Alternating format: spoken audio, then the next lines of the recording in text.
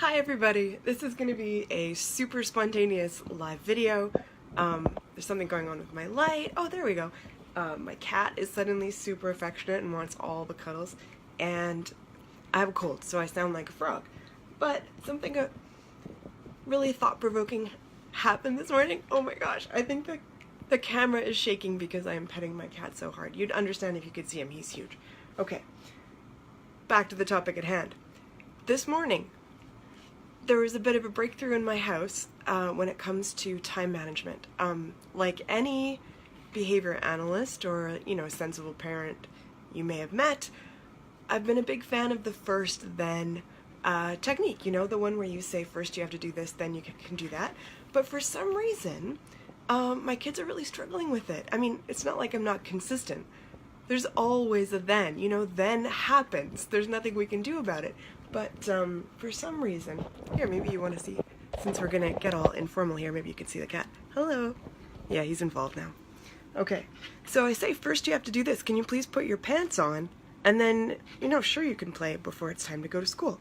Or could you please put your pajamas on? And then I don't mind if you want to do your piano lessons. That's awesome. Most kids don't get really excited to do piano lessons, but my son is working on a program that involves stars, and it's like computer-led, so he's really obsessed with it right now.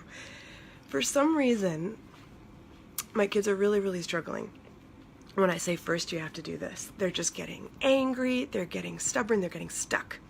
So I thought about it. What is it that makes it hard for them to go through this process? Then I thought about what grown-ups do. And what grown-ups do is actually really complicated. The reason why we're successful in our time management is because we can do math.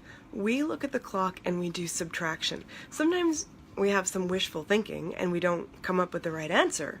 But we say, okay, we want to get out of the house at 8:15. It's 8 o'clock now. That means 15 minutes. And we know what 15 minutes means, and we know how long it takes to get dressed. So we try to communicate this information to our kids. We give the information. That was the cat falling off the couch. Probably delete this afterwards. We give the kids the information, and then we tell them what we want them to do with the information. So I think a lot of people may have started following this group because their kids maybe get information but disagree about what we should do about that information. We have kids who are really independent. We have kids who kind of have difficulty seeing the way a timeline works. So sometimes we just have to make it really literal. Something happened this morning that made me laugh so hard. Okay, there's the good side. So I used a visual schedule. So this is the visual schedule that we use. We're still using ChoiceWorks, and so I said, hey man, I know you'd love to do some playing. That's really cool, but I noticed you still have your pajamas on. So hey, look, you woke up already. That's great. Eat breakfast. You had breakfast. That's cool. How long do you think it's going to take you to get dressed? Do you think you could do it in 4 minutes? Cool. Great. Hey, That will leave all you done. 12 minutes to play. So he saw the 12 minutes. And then as he gets to that stage, he can actually, I'm hoping you can see that. Yeah, you can see the counter, and then the green starts to go down. So that becomes really concrete for him. And he looked at me when I showed him this and he said, thanks. And it was such a different reaction to all the other, well, sweetie, first you have to do this. Normally he'll react something more like a honey badger, like, he gets a little bit worked up when I put an obstacle between him and his favorite activity.